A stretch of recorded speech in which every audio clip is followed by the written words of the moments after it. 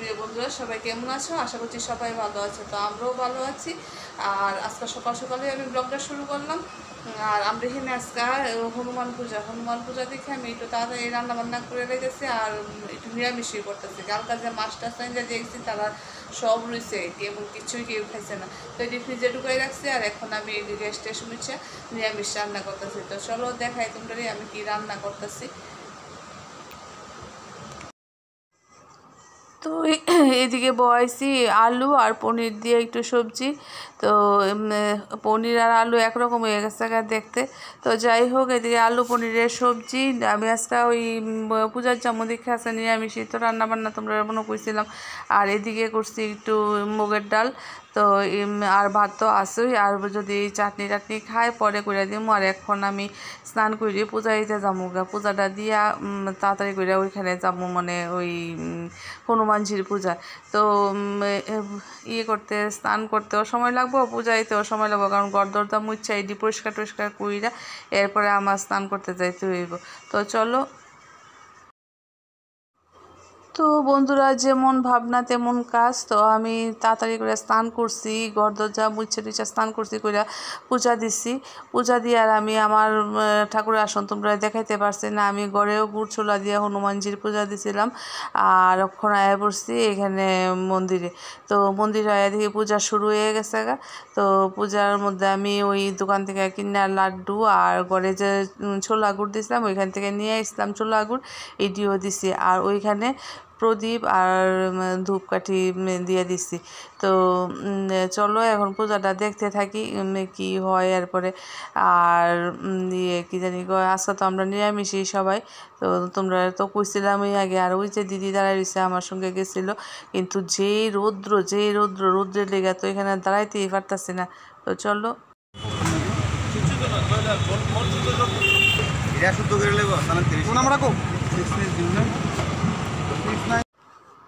তো পুজো তো অনেকক্ষণ হয়েছে, শুরু হয়েছে। তো এখন মনে অঞ্জলি হইব। তো দিদিরে কইছিলাম দিদি দাঁড়াও না, অঞ্জলি নিয়ে যাই। দিদি আর মানে তাই আর অস্বস্তি লাগতেছে, প্রচণ্ড রৌদ্র। তো রৌদ্রের মধ্যে আর দাঁড়াইতে পারতেছে না। তো তাই নিয়ে বাড়িতে আয়া পড়ছে। তো আমি রইছি, আমি ভাবছি যে অঞ্জলিটা নিয়েই একবারে যাবো আর কি। সারাদিন তো উপাস হয়ে গেছি সকাল থেকে, অঞ্জলিটা নিমু এ লেগে বয়ে রইছি এনে। আর রৌদ্রের লেগে বোন যেতেছে না, তো দুই একজনের ছাতা নিচে দিকে তারা ছাতার নিচে বয়ে রয়েছি। তো চলো।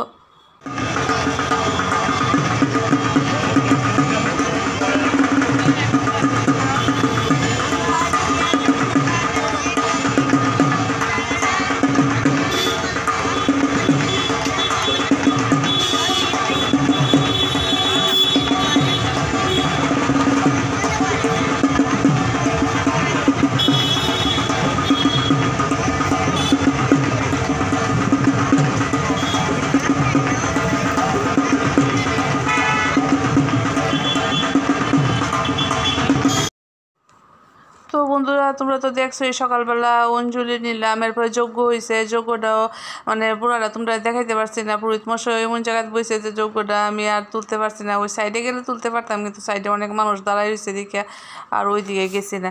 তো যাই হোক, অঞ্জলি নিলাম, যজ্ঞ হয়েছে, যজ্ঞের ফুটা নিচ্ছি নিয়ে যেই একটা রৌদ্র, যেই একটা গরম গেছে আর কি, কোনো রকমের বাড়িতে তাড়াতাড়ি করে একটু প্রসাদ নিয়ে বাড়িতে আয় বসছি। আর এখন ওটা সন্ধ্যাবেলা। তো সন্ধ্যাবেলা আবার আইসি আমার মেয়েরে নিয়ে আইসি, বাবা একটু প্রণাম করে আইবি চল। তো মেয়েরে নিয়ে আইসি এখানে। তো এখানে আয় দিয়ে প্রসাদ দিতেছে।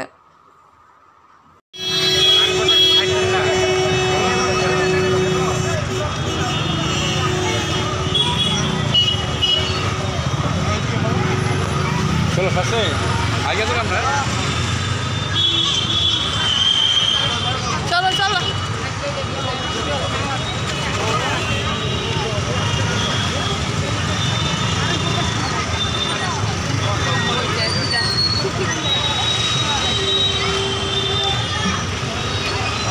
ভালো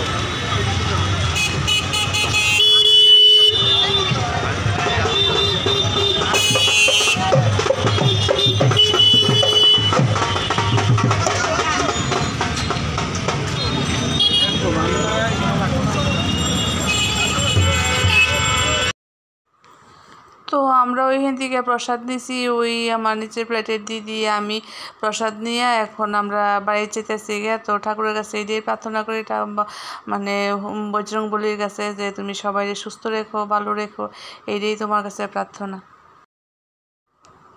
কারেন্ট নাই গো বন্ধুরা, আমরা দিয়ে কারেন্ট নাই, কি একটা অবস্থা, কি গরম পড়ছে, প্রচণ্ড গরম পড়লে কারেন্টটা জায়গা। তো কি আর করুম, ছাদে আয়া বইয়া রয়েছি, মানে কারেন্ট নাই তো না, কিছু তো করণের উপায় নাই। তো চলো, উনিও তো বানায় তাই জানেন না? হ্যাঁ তুই করো না? এখন বানাই না। কেন কেন এখন বানাও না কেন? তুমি ব্লগ করতে পারো? হ্যাঁ ভালো লাগে না। ভালো লাগে না? কেন ভালো লাগে না? আমরা লাইক কমেন্ট করছি তো। মা রাস্তাটা পর্যন্ত অন্ধকার হয়ে গেছে, এতক্ষণ অনেক গাড়ি টাড়ি গেছে তো দেখছি। সারা দুনিয়ায় কারেন্ট আছে, আমরা দিয়ে কারেন্ট নেই, ওই একটা গাড়ি যাচ্ছে। এত ব্যস্ততম রাস্তা যদি এমন হয়ে থাকে। আরে প্লিজ এ ভগবান কারেন্ট দিয়ে দেন। তো বন্ধুরা রাত্রিকাল আগত, তো এতক্ষণ কারেন্ট আসছিল না, কি একটা গরম, এর মধ্যে নাই কারেন্ট।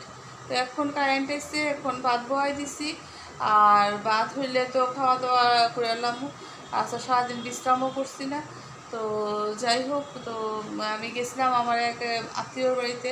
তো ওইখানে গেলে তাই নিয়ে আমার খালি গলায় দেখলে ভীষণ বকাবকি করে। তো আজকে আমি এটা একটু পড়ে গেছিলাম, আমি পড়তেই পারি না, পড়লেই আমার চুলকানি শুরু হয়। এই যে পড়ছে এই চুলকাইতেছি, এই চুলকাইতেছি, কানে গলা কোনো কিছুই পড়তে পারি না, পড়লেই চুলকানি শুরু হয়।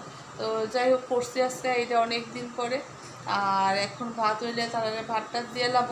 তো চলো আজকে এই পর্যন্তই থাক, দেখা হবে কালকে আবার একটা নতুন ব্লগে। ততক্ষণ তোমরা সবাই সুস্থ থেকো, ভালো থেকো, নিজের খেয়াল রেখো। গুড নাইট, শুভরাত্রি।